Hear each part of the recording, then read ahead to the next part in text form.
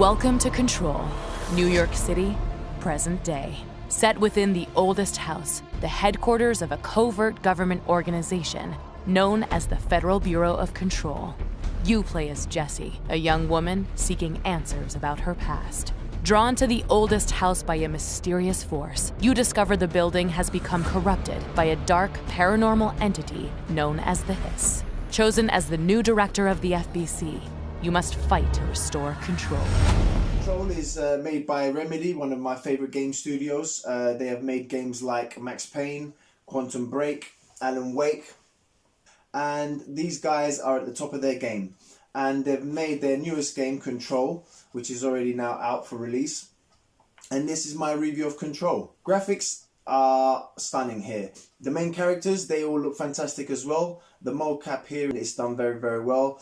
What I noticed is some of the side characters that you meet throughout the game, they didn't get as much attention as the main characters, which is a shame, but you know, nothing to really spoil the game here. Another cool thing is also the way all the residents of the building from the old house, the workers, etc., they're all floating above in the ceilings. They're obviously been taken over by the Hiss. They're only floating is because they haven't been animated by the Hiss, which gives us our enemies. Moving on to sound.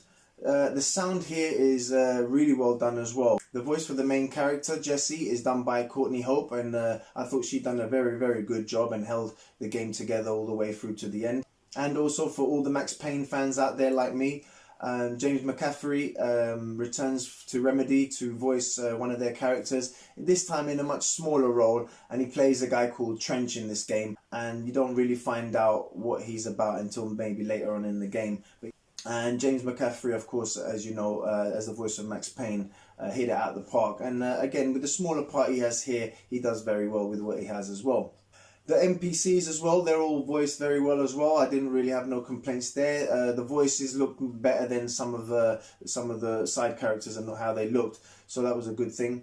And the weapon sounds of all the guns, I thought they really sounded powerful and had some punch to them. Also, being in a building and the sound work of the bullets reflecting and ricocheting all sounded really well, which adds again more to the atmosphere. And the soundtrack as well, very, very creepy. And the soundtrack I thought as well lended itself well to the game and what it was all about. The gameplay for me of Control was well handled. The controls are very simple to get used to, and I think they really worked well with where the button placing was there, where I didn't even have to change the settings for that either. So the controls for Control, really, really good. The physics engine here now is probably one of the biggest praises that I can give this game. The physics engine is absolutely fantastic. It's probably it's probably the best physics engine I have seen to date. And I'm glad that, again, Remedy, who are always pushing forward, who are always using the best and the highest of technologies, have proven themselves here as well, because again the physics engine is simply amazing. The destruction of the game also lends itself very well to the physics engine, and here again is another major plus point for the game and what made it so much fun to play through, the visual aspect. But the way you go into a room and you start shooting the place up, like, you know, if you go into an office with computers and files and papers, just shoot the place up and see all the physics and the destruction working together. It's just beautiful to see, and I really enjoyed seeing these moments in the game. And also the walls, the way they crumble, the way they get destroyed. Some of the enemies, the Hiss, have like rocket launchers, and if they hit a pillar, you'll see it destruct. It's like something out of the Matrix. It really, really is fantastic, and I can't give it enough praise. Then, of course, we've got the superpowers, one of the most important things as well of the game. Here is where Jessie has several powers that you get throughout the game. Some you get from side missions, so don't forget that's very important. So do your side missions, which are fun anyway. But here she gets some powers as well, and of course you get them along with the story as the story progresses through the game. And with the superpowers, you've got some really cool stuff like telekinesis. Again, telekinesis here is done better than I've ever seen in any other game. And again, kudos to Remedy. You also have flight. It's more like floating, I'd say, than flight. The flight or floating is done super, super well as well, and the animation of how she comes up and comes down is handled very well too. Then, of course, we've got simple stuff like that we've seen before in other games, like evade, where you can evade much quicker to get out of the way of enemies' attacks.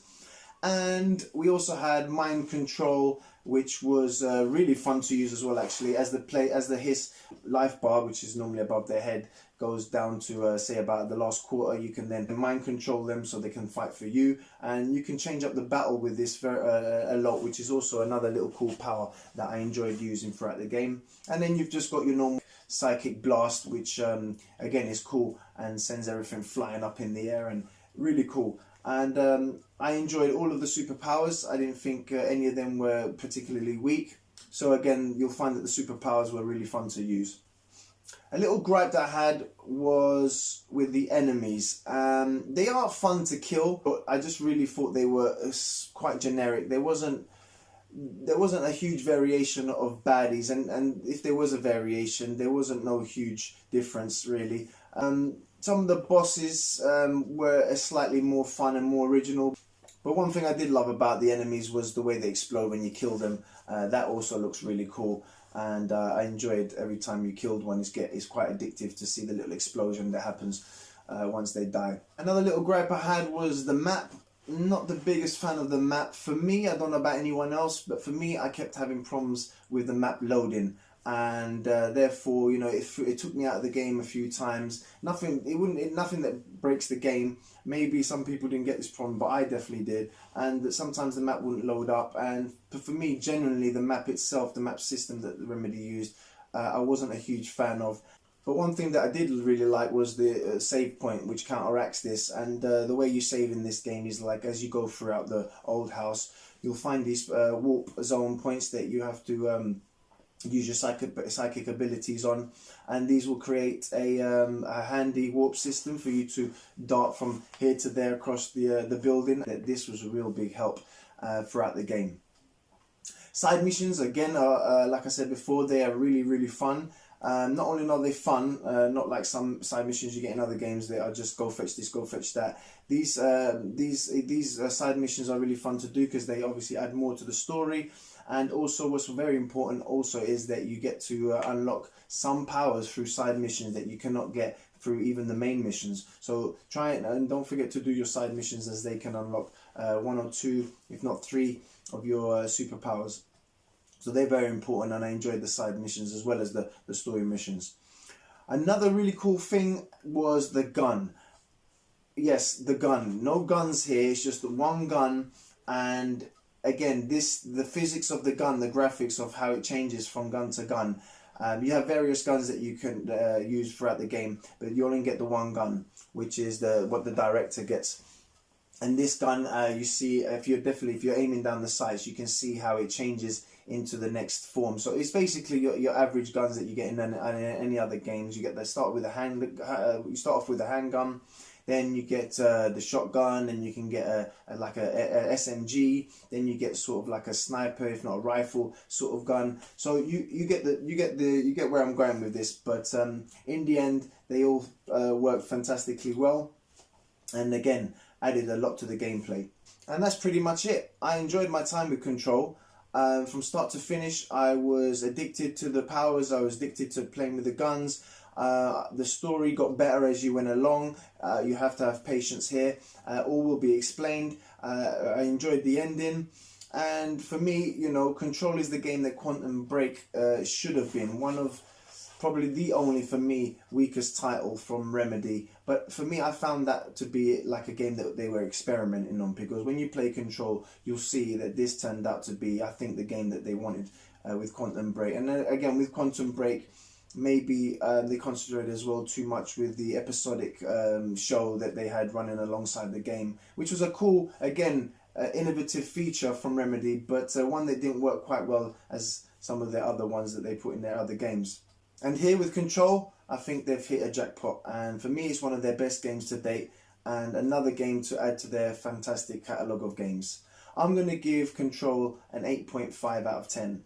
So guys, thanks for watching my review of Control. I hope you enjoyed it. Join me next time on my next video, and again, subscribe, hit the bell button below so you can get a notification of when I make a video. And thank you for watching, guys. Take care of yourselves. Bye bye. Peace.